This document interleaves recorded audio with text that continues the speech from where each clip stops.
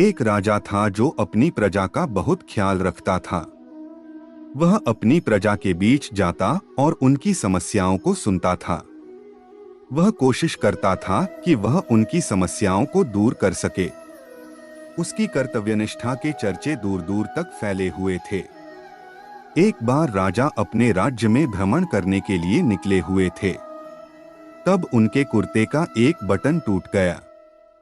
यह देख राजा ने अपने मंत्री को तुरंत बुलाया और उसे आदेश दिया कि वो गांव से एक अच्छे दर्जी को बुला लाएं जो उनके कुर्ते का बटन लगा दे। यह सुन मंत्री ने गांव में दर्जी की खोज शुरू कर दी। संयोग से उन्हें एक दर्जी भी मिल गया। गांव में उसकी एक छोटी सी दुकान थी। उस दर्जी को जल्दी ही राजा के पास लाया गया। उस दर्जी से राजा ने कहा कि क्या वो उसके कुर्ते के बटन सिल सकता है। दर्जी ने कहा कि यह तो बड़ा ही आसान काम है। दर्जी ने अपने थैले से धागा निकाला और कुर्ते का बटन लगा दिया।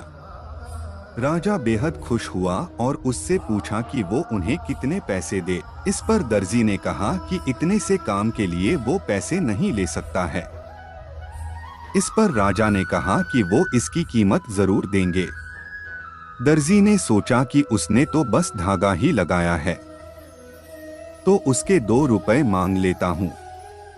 फिर दर्जी ने सोचा कि कहीं राजा यह न सोचे कि इतने से काम के 2 रुपए तो गांव वालों से कितना पैसा लेता होगा। यह सब सोच समझकर दर्जी ने कहा कि वो इतनी इच्छा से जो भी देंगे वो ले लेगा।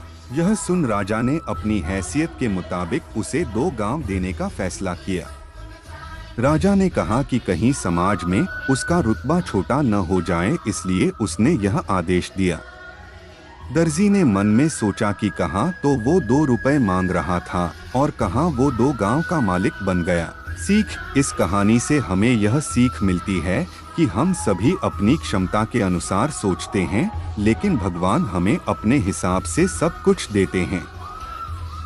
हम छोटा मांगते हैं और कई बार भगवान हमें उनके देने की क्षमता के आधार पर कुछ अच्छा और बड़ा दे देते हैं।